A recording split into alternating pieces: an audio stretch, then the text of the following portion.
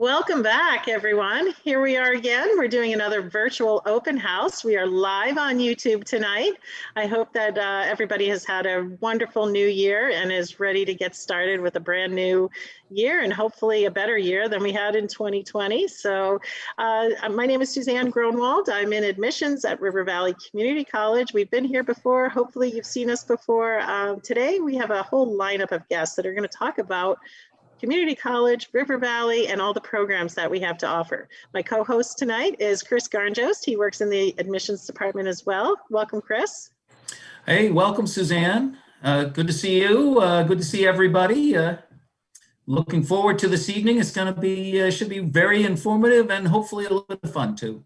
Yeah, and Chris's background is from our Lebanon area location. It's our Lebanon Academic Center. It's up there on the green in Lebanon, and I am sitting in front of the aerial photo of our Claremont location. We also have an academic center in the Keene area.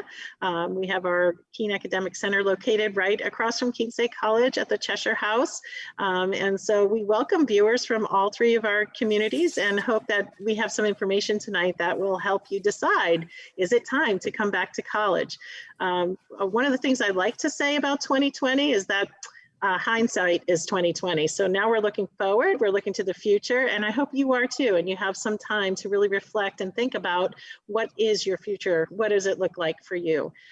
So Chris, do you have any pointers for anybody who's thinking about coming to college or has thought about it before? Maybe they've attended college in their past and haven't been in a while, but are ready for a change of career or a change of educational background.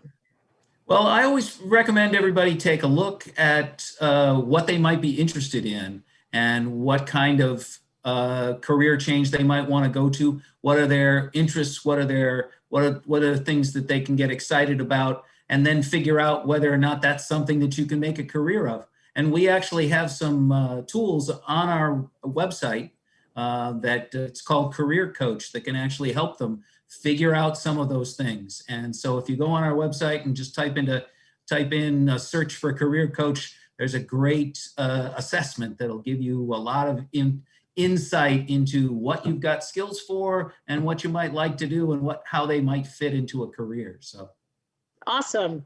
All right, we also have a very quick virtual tour to show you. This gives you an idea of what our campus looks like and what you might expect if you come to college and see us working in person, which we are doing, by the way. And we have some information about that coming right up. So let's go to the virtual tour. Welcome to River Valley Community College. This is our main campus in Claremont, New Hampshire. We also have two academic centers. One in Keene, where our students attend their courses on the campus of Keene State College, and the other in Lebanon, New Hampshire.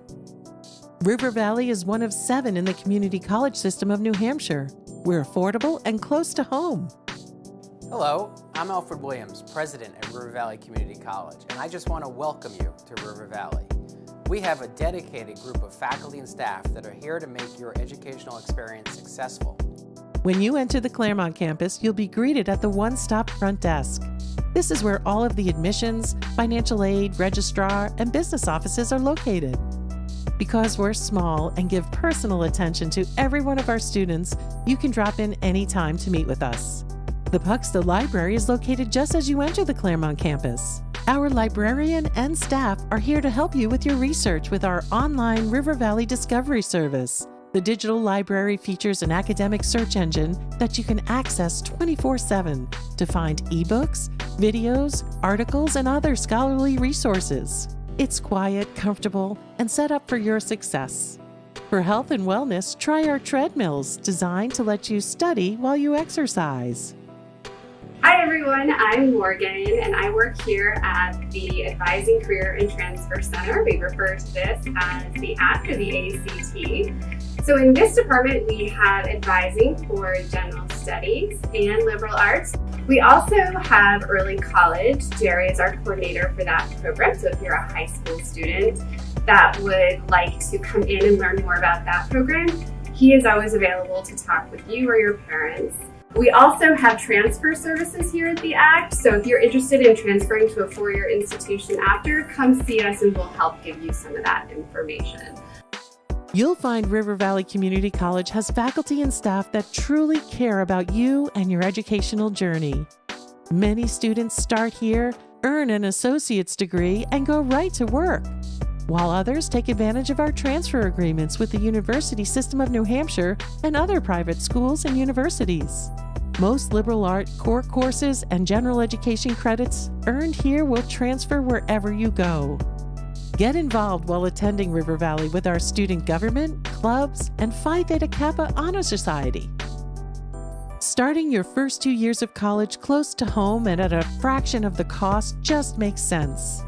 Thank you for joining us for this virtual tour. Get started on a degree or certificate program today by completing our free online application at rivervalley.edu and soar into your future.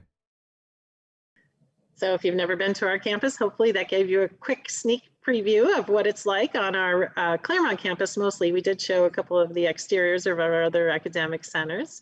You know, we talked a little bit about 2020 being behind us. I think a lot of people really took 2020 on as an opportunity, and as an opportunity to change things in their lives. And some of it was forced upon them, but many people decided that this was the year that they were going to go back to college, or they were going to go to college. A lot of people decided that this was a good time to stay close to home, to study right in their own communities, and you know, maybe work while they're in college. So I have Alfred Williams, the president of River Valley Community College, with us tonight. Welcome, Alfred. How are you? Hi, Suzanne. How are you?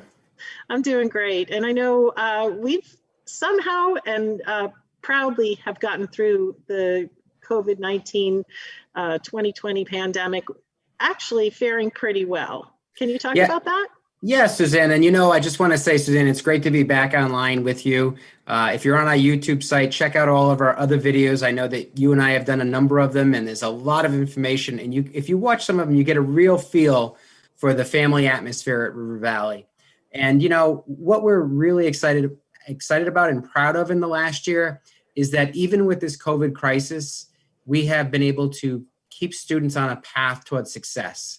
Last spring semester, when COVID hit, we had to go remote, and our faculty adapted very quickly. And we actually had students that had a higher success rate in that semester than the spring prior. So we did better getting students through in the spring that COVID hit. And then in the summer term, we saw a big uptick in our enrollment, and we were able to get a lot of students through a lot of classes quicker to get them faster on the path towards graduation. And then this past fall, we were just sharing at our staff meeting this week that the data of grades for the fall semester were very positive. The students did just as well in fall 2020 as they had in fall 2019. We saw a lot of students that met requirements for graduation. We were really proud that in this difficult time, we were able to deliver an educational product and keep students on path, because it's really important, Suzanne. Our faculty are very proficient at online learning. Many of them are doing that now with just online classes. We still have a lot of on-ground classes, and Vice President Jen Kanoy is going to talk about COVID protocols and how we're doing that in a little bit. But it's also, we know how important River Valley graduating students is to the community.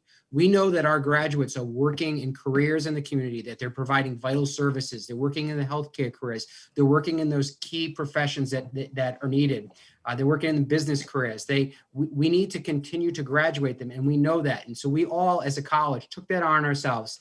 And so if you're thinking of starting this spring, please, you know, reach out to us. Please do. We have lots of opportunities, lots of programs, and as a whole, we're all dedicated to getting you through, and getting students to graduate.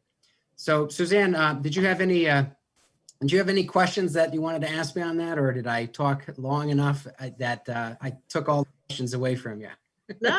I think it's great. I mean, one of the comments I think you made was about our enrollment staying steady, holding steady. And this spring, we're actually very close to being exactly where we were last spring when there was no pandemic and people were coming back to school. And, you know, I think that just says so much for us, because everybody's heard about the colleges around the country that have really had a hard time, but the community college has held its own. And it's the reason behind it, I believe, is because it is something that is right in people's community, that they can stay safely at home and still get their education. And so we've had a a fair amount of success there, and we're very, very happy about that. Yeah, you know, Suzanne, I think that what you said is right on point. The word is out there that students have been staying on track, and that you know, it's reflected in our enrollment numbers, and that students can come, and we're gonna get you on track. And you know, we're also excited that we're the vaccination clinic for Sullivan County is located on our Claremont campus.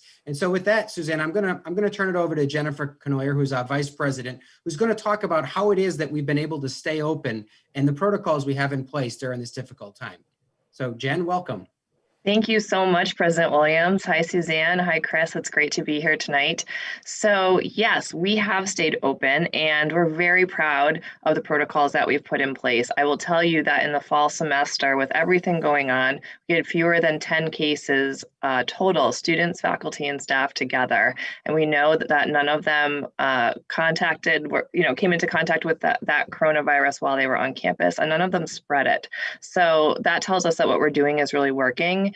And so let me fill you in a little bit on what that means. Now, when you become a River Valley student, you have lots of different options that fit whatever you're comfortable with. You can take classes fully online. You can take classes that are asynchronous, which, you know, meet whenever is convenient for you. You can take synchronous online classes, which means that you meet with your cohort on Zoom, like, you know, we're on YouTube on Zoom right now, and, you know, get to know your fellow students that way. You can do something where sometimes you're on campus and sometimes you're at home, and we do have some classes that are also still fully on campus. So it's really about your comfort level and your program that will determine how your classes are structured. But when you do come to campus, here's a quick rundown of what happens. Everybody who comes on campus fills out what's called an attestation form. It's just a quick form that checks where you've been lately, if you're healthy, something that I'm sure you're very familiar. If you've been to a doctor's office or a dentist lately, you've had to fill out the same kind of form.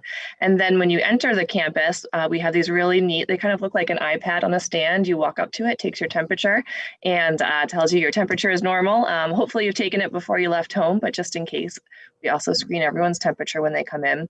Everyone on campus is wearing a mask at all times and remaining 6 feet apart from each other. If you're in a classroom, you will keep a mask on the whole time. Some of our classes, we need to get closer than 6 feet, especially in our allied health programs, or even maybe if you were taking an English class, say, and you wanted to work one-on-one with a partner on a project, you might, you know, be closer than 6 feet. And so in that case, we just add a face shield as well on top of the mask. And again, in some of the allied health programs, you might even add more PPE. It might be a hairnet, it might be a gown, it might be gloves, it might be a different kind of mask. And massage has special face shields that rather than coming down over their face, they come up. So we have all kinds of appropriate PPE that keep everyone safe, our visitors, our faculty, our staff, and of course our students safe and comfortable while we're on campus. Now, you know that it does get hot, so we do provide mask breaks when you need it. We have on Claremont's campus and as well at Leb and in our Keene campus, we do have places where you can go if you want to have lunch, take off your mask, where you can do that safely and social distance. We're looking forward to the nicer weather. All of our campuses have beautiful spaces outside where you can sit at picnic tables, and we can't wait to get back to that. It's a little cold to do that right now, but we're looking forward to the weather getting better. So those are the things that you'll do to help keep yourself and everyone else safe. And I just want to quickly tell you that we have all of our same thorough cleaning protocols that we had before the pandemic. Plus, we've added some new cleaning products. We have upgraded all of our air filtration systems to better protect, you know, all of us who are here when we are here. And we've also cut back. So you might notice when you come in that rather than there being 6 or 8 staff in an area, maybe there's only 1 or 2. And that's to protect you. Everyone else is still working. They're just working remotely, and they're always available to you, just like they would be if you were to run into them on campus. Everyone's available on Zoom or for a phone call or an email. We're all still there for you. So Suzanne, is there anything else that you want me to cover that we're doing to keep everyone safe and comfortable in learning during this pandemic? Jen, I had a question for you, which is, I know that you're very proud of this, so I want to ask this question, but you were the point person to students that had contacted the coronavirus, and yet those students were still able to complete their coursework. How did that happen?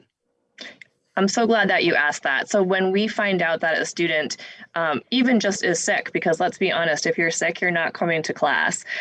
We have outfitted our classrooms with new technology that allows our students to Zoom into classes. So maybe your class isn't necessarily set up that you're generally Zooming, but you have come down with the flu, or maybe you have to quarantine, or you're waiting for a test to come back.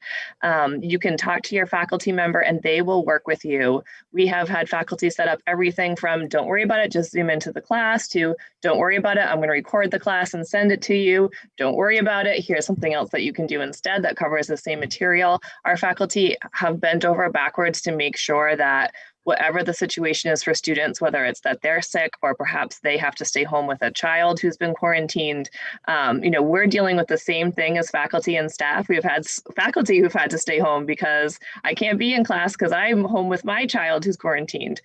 So we have been really flexible, and we've really tried to take very good care of our students and be very understanding.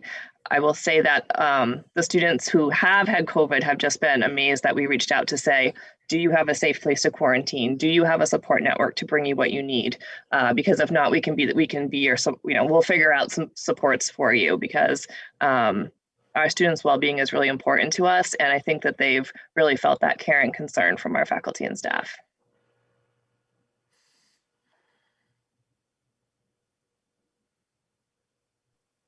All right, thank you, Jen. Chris, you're up next. Okay, well, thank you, Jen, and thank you, President Williams. The first topic, the first program we're going to talk about is actually two programs, our business and accounting programs. And we're really proud of these. Are one of our major programs, gets a lot of students in it, in both these programs, because we not only are they programs for students coming right out of high school or just starting careers, they're also set up to be available and useful for people in business who want to get an advancement in their career situation. And so tonight we're actually have Michelle Kanan, who is the program director and advisor for the accounting department, for the accounting program. And she's going to talk to us a little bit about accounting and also about business and just about why these are a couple of great programs. So welcome, Michelle, and you're up on Thank you. Here. Thank you. I want to just tag on to one thing you just mentioned. And yes, not only do we have programs for students coming straight out of high school, but also mid-career, career change, and also continuing education. If you want to brush up on your Excel skills, you want to learn QuickBooks, you don't need to commit to a certificate or an entire degree to do that. We have lots of standalone classes that can just give somebody that added skill boost that maybe makes them promotion eligible, as opposed to looking to do an entire career change. So I find that what brought me to accounting really was an interest in doing tax work for people. What I found when I began my own education in that is that it's so versatile. I think we often think about accountants as people who do our taxes, but it can be so much more than that. It is, you can work in government, you can work in nonprofit, you can work for corporations, big and small, and you can also work independently and freelance. I have students who are doing independent bookkeeping for small businesses, which is something that is particularly useful in this area where we do have so many small businesses, and it provides them with the flexibility of being able to work their own hours. And it's also a win-win for the businesses in that the businesses may not be able to take on a full-time bookkeeper, but somebody who freelances among several businesses can often make it more affordable for those business owners. So it's really an incredibly versatile field to be in, and also one that you don't have to attend years and years of school. to be able to get a good job in. As I said, if you want to just enhance some job skills, that's available. If you are looking to do a certificate program, for example, that opens up doors in terms of working as a tax preparer and things like that. You can certainly go through the associates program, which again opens additional doors and transfer opportunities to four-year institutions. And you can, again, continue your education from there. Really, the sky's the limit in this field. And I think that's what makes it most exciting for me is you're not going to be limited once you get an associate's degree to say, okay, well, I've kind of reached my my career cap here. You can continue to move on. And if you decide you're bored in a particular area of accounting, you can easily switch to work in a nonprofit or work in public accounting or corporate. So I think I probably answered your question and then many more, but that's really what I think energizes me about this field. Great, thank you. Thank you, Michelle. Just a couple of questions that popped into my head as we were going along. What about the scheduling? If we're talking to people that are already in the business world, obviously you can't have classes in the middle of the day because you've got a job to go to. So absolutely, and the majority of my students are working. And they're working pretty traditional hours. And, you know, Suzanne, I think, commented about staying close to home. Well, my students generally don't have to leave their homes. We offer classes through Zoom like this, or for students who even find the scheduling of that more than they can do. We have 100% online classes, and they can schedule around their work, the homeschooling of their own children, all of the scheduling conflicts that sometimes can make attending a traditional program a challenge. And so for somebody who's working full time, you will be in good company here because you will find that most of your classmates are in a similar situation. okay, thank you. Suzanne, you have any other questions or? Yeah, I was just going to ask Michelle. Okay. You touched on some of the work that your graduates are doing. Do you have any particular stories about graduates of recent that maybe started their own bookkeeping or accounting business, or they're working for a firm, just to get an idea of, you know, what's in the area and what's available when these students come out of your program? I would say that, boy, one would be difficult, but I think of students who've gone directly into nonprofits.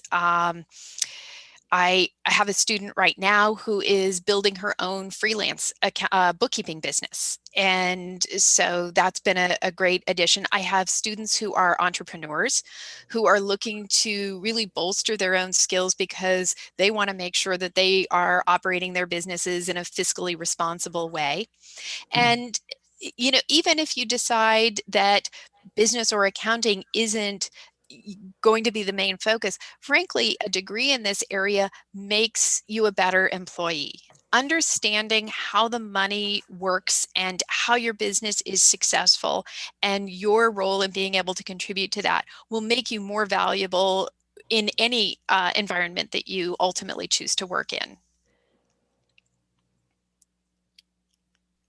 All right. Well, thank you very much, Michelle Kanan, the program director for the accounting program. Thank you for having me. Yeah, it's a pleasure. So we also have a very special guest coming up now. We have had Lisa Gould on the program before. She is the program director for the medical assistant and medical administrative assistant programs here at the college. So welcome, Lisa. How are you? Thank you, Suzanne. Doing great. Off to preparing for the semester that starts on January 19th.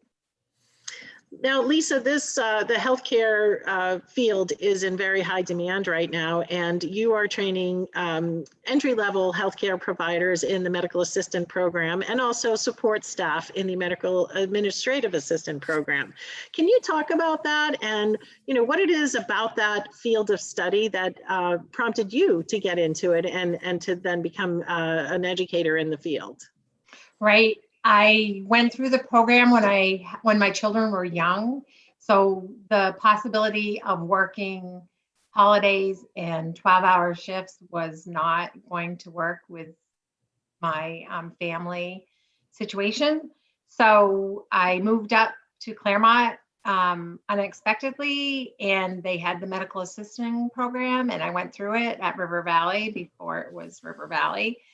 And then I went off and worked in the field for 7 years and came back and became a faculty member. So it was great to have the experience to know exactly what my students and alumni are going through. The demand is at an all-time high because it's ambulatory care. So generally you work Monday through Friday, although there's a lot more openings for MAs, that work in the ER or in urgent care facilities. And they are very popular for one reason, because more elderly people are staying at home, and there's a lot of demand for people in ambulatory care and for medical assistants to provide the support needed at those facilities.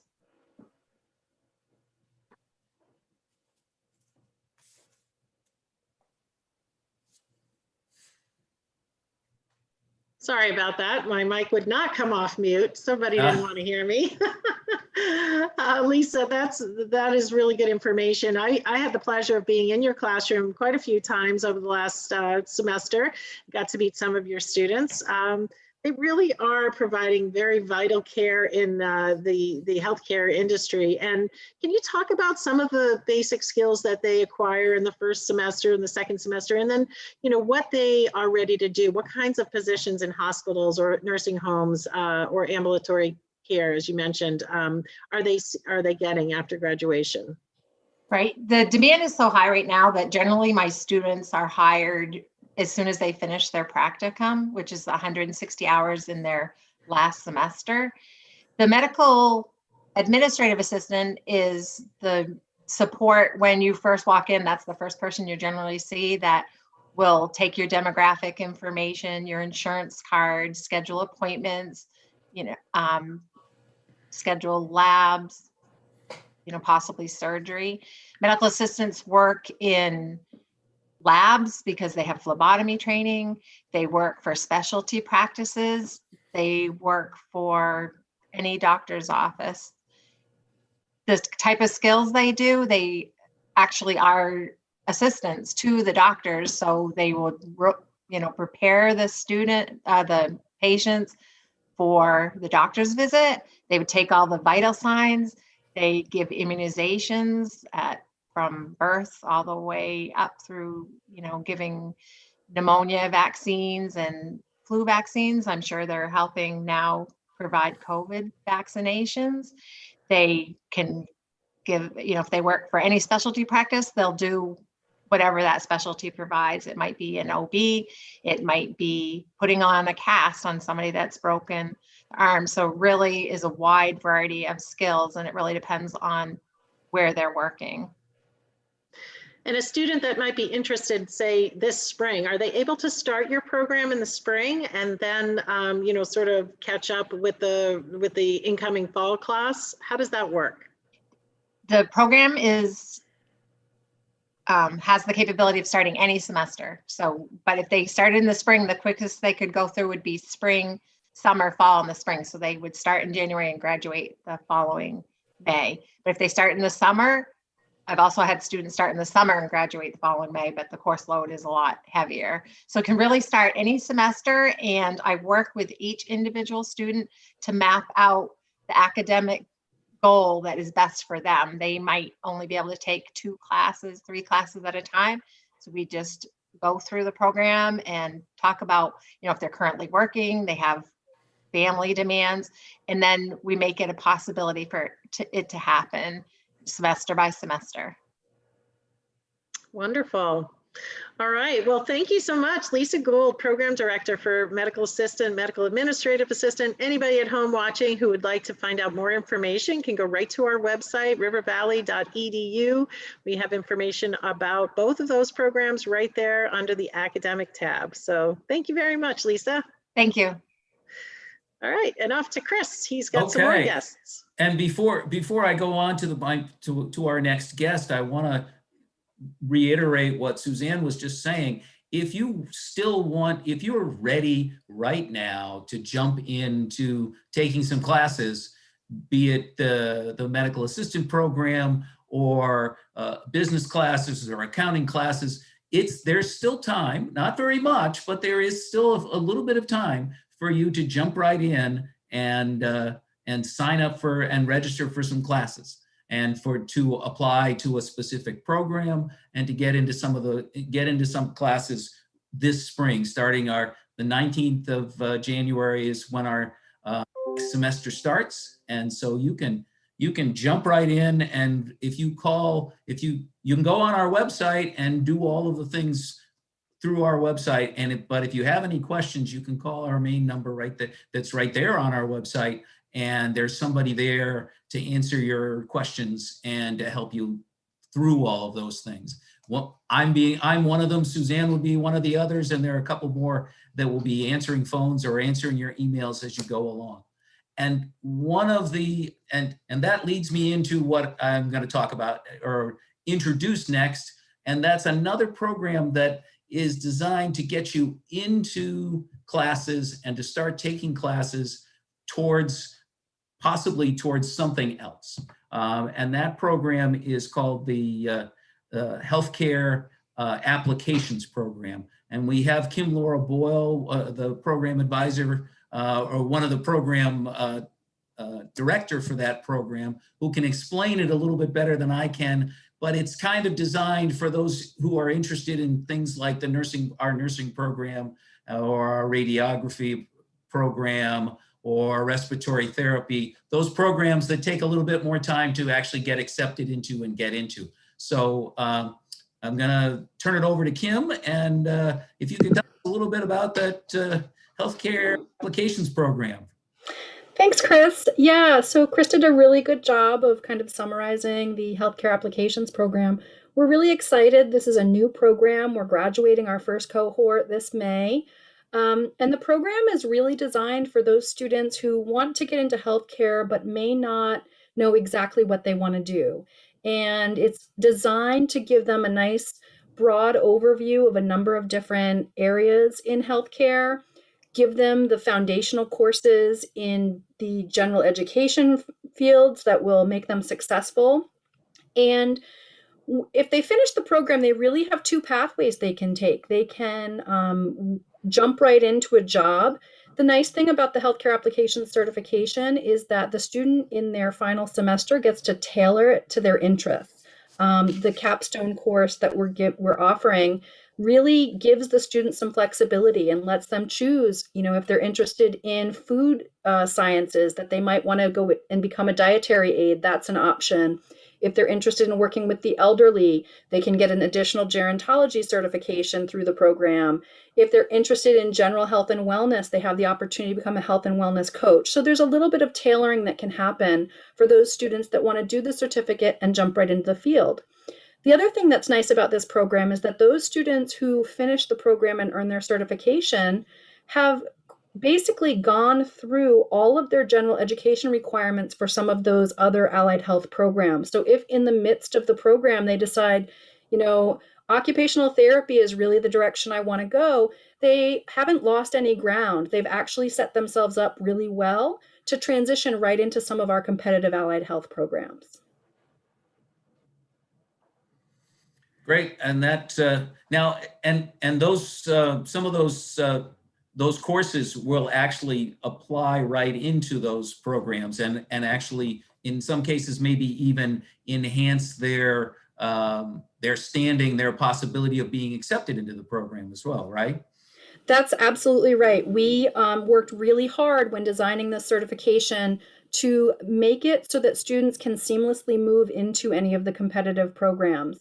So they're going to be getting the education in the areas of anatomy and physiology. Those are courses that are required for any student going into some of the associate degree allied health programs.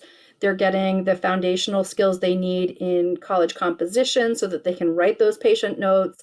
They're getting the foundational skills in math so they can do those med calculations.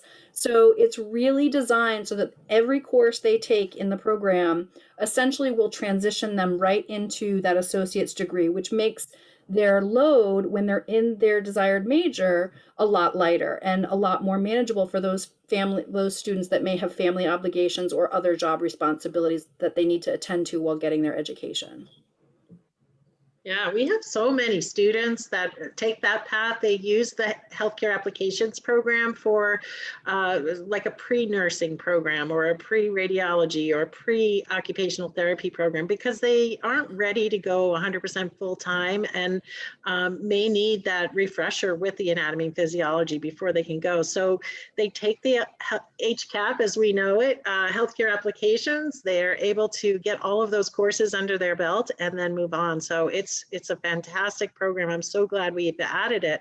And one of the things I think is really great is that for the students who are taking the healthcare applications certificate for the full year, they get to specialize at the end of that year.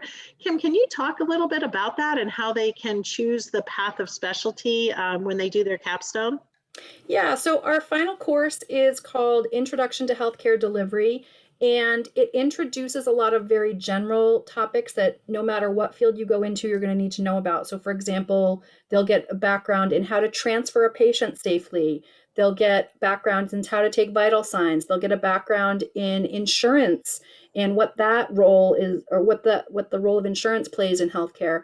But they also get to pick a concentration.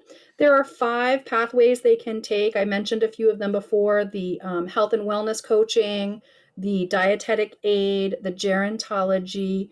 If they're interested in doing more medical work, but they weren't really ready to commit to the medical administrative assistant program, they can get their clinical secretary, which is a little bit different than medical assisting. So there's a lot of ways that can be specialized. And what we're hoping to do as the program matures is allow more offerings for students to specialize. We're kind of looking at what students are interested in and hoping to tailor it in the future. All right. Well, Kim, you have also got quite a bit of experience in other programs at the college. For instance, you're a faculty member in the physical therapist assistant program.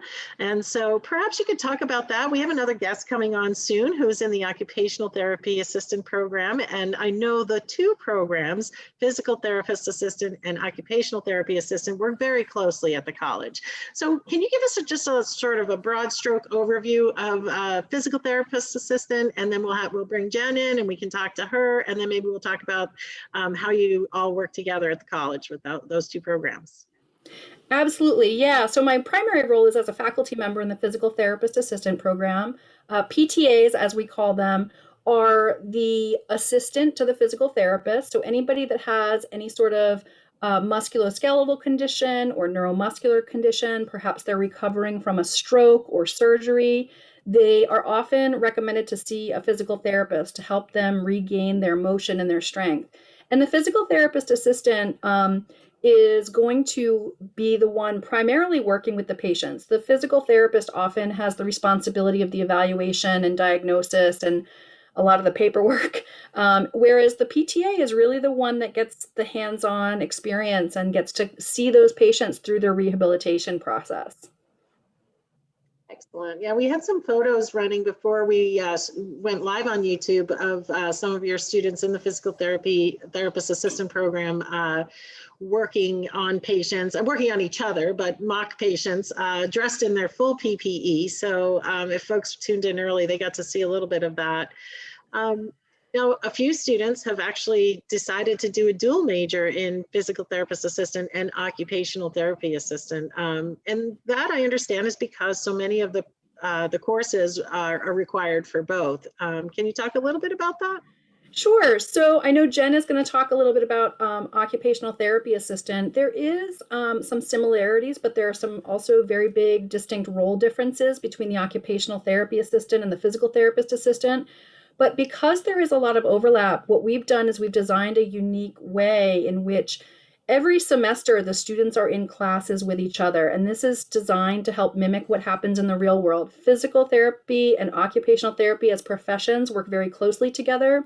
So we start from the very first semester getting our students kind of working together, learning together, and that overlap continues throughout the program. And what that does is it allows for students who might be interested in doing both roles to cut down on the length of time that they would need to get both degrees. Wonderful. All right, well, without further ado then, I would like to introduce the program director for the Occupational Therapy Assistant Program at River Valley Community College. Her name is Jen Saylor. Jen, welcome. It's your first visit with us here on our YouTube Live, so thanks for being with us. Thank you. It is my first visit, but Kim has laid a fabulous foundation for me, which is nice because it's a great bridge between the two programs. But I am an occupational therapist, and I've been teaching for quite some time at River Valley Community College, and part of the reason I've stayed on faculty is because I believe in the community college system. I believe in the frame and structure that we offer in our classes.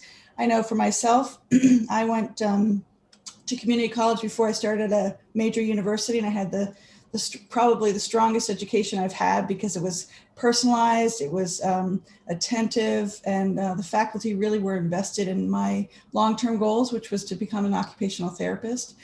Before I became an OT, I studied music, which is important to the story of occupational therapy because it speaks to the creative nature of what we do in OT.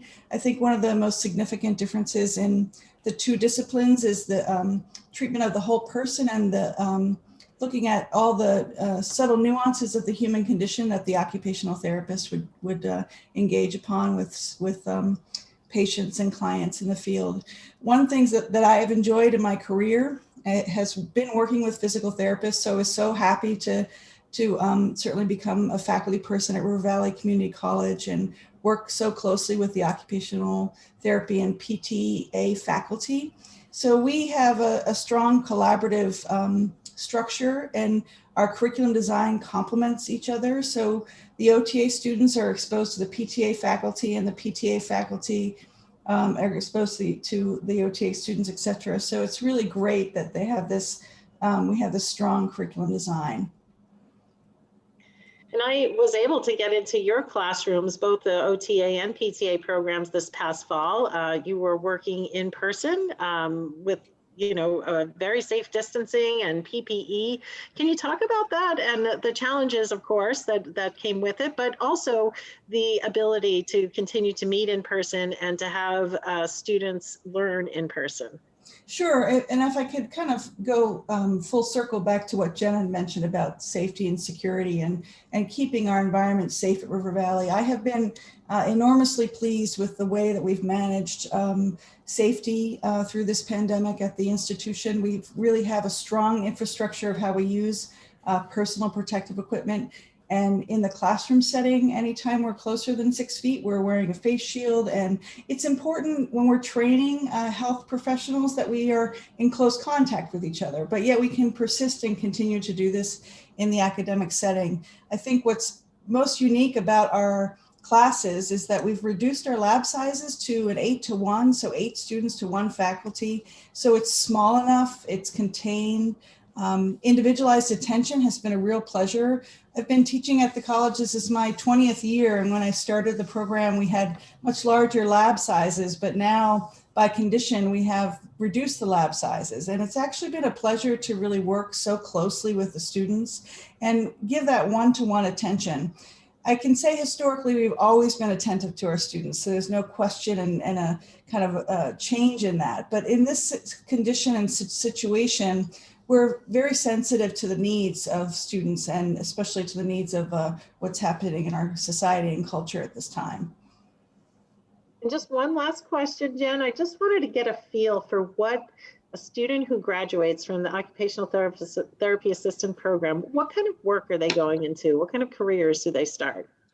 Sure. Well, it's interesting because I was just looking at this the other day because I was doing a survey of alumni, and I've done so through several methods, but we have occupational therapy assistants working in school systems, in hospitals, in skilled nursing facilities.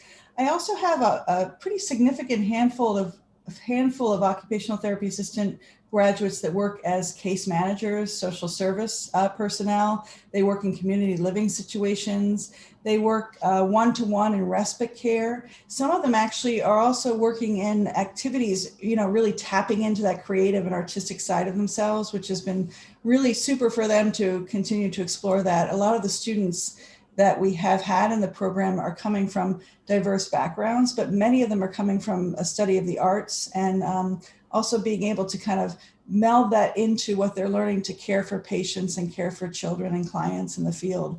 So it's been, my career has been enormously rewarding, not just because I'm an educator at this juncture, but just as a practicing occupational therapist, and all of the faculty still see patients in the field. I have still enjoyed being able to bring back to the classroom my real-time experience. And I know that our OTA and PTA faculty have done the same.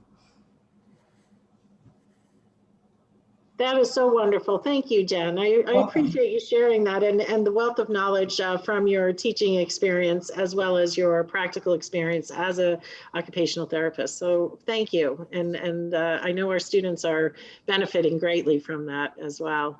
Thank you. Thanks, well, Suzanne. And we are now almost at the end of our time. I did want to throw it back to Alfred Williams, the president of the college, to see if he had any parting words before we wrap this up for this evening. Alfred?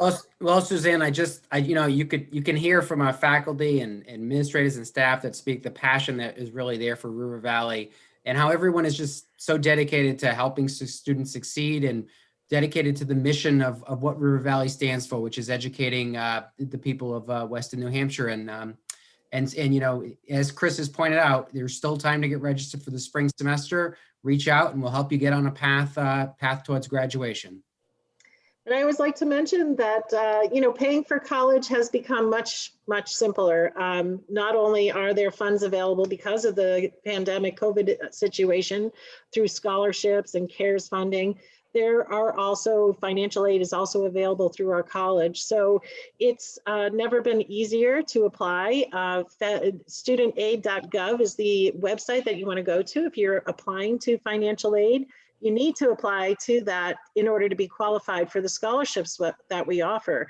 And I'll tell you that we have many scholarships available this year, lots of funding available for students. So if you're interested in going to college and you are trying to figure out how you would pay for it, we can help you. Our financial aid office is there Monday through Friday, 8 to 4. You can call us, you can email financial aid, and we'll get you put you right on track to being able to figure out how you're going to make the payment for college work for you. So great. Well, it was so nice to have everybody on tonight. I think Chris has got a couple of words. I've always got one more thing to say. And in this case, it's that I wanted to make sure that that the people watching us from Vermont, just across the river, know that they are certainly welcome to come to River Valley as well, and to when you're speaking about financial questions, that if you're within a 50-mile distance as the crow flies from one of our campuses, be it Lebanon, Claremont, or Keene, you are eligible for New Hampshire in-state tuition. So it is affordable for you to come from Vermont to go to River Valley just as much as it is for Western New Hampshire students as well. So keep that in mind, and you're always welcome. And again, you can just jump right in and start taking classes before the 19th. So get in touch with us. We're here and we're ready to help you. That's a good reminder, Chris. I thought for a second you were going to say "Go Bills," and I would have to remind you this is Patriots country. But well, the Patriots aren't involved this year, so If you're going to bring it up, I'm going to say go Bills. So. All right. Well, thank you, President Williams, Chris Garnjos, my co-host. Thank you so much for joining us tonight, folks, on the YouTube channel. We appreciate you watching us, and stay tuned. We'll have more to come. Good night. Good night. Thank you. My community inspires me. To embrace the future. And to be part of something bigger. My community challenges me. To give back. To build something special. My community truly cares. About me and my future success. And about the relationships that we build along the way. My community? My community is River Valley Community College. Enroll now for upcoming classes. Learn more at rivervalley.edu.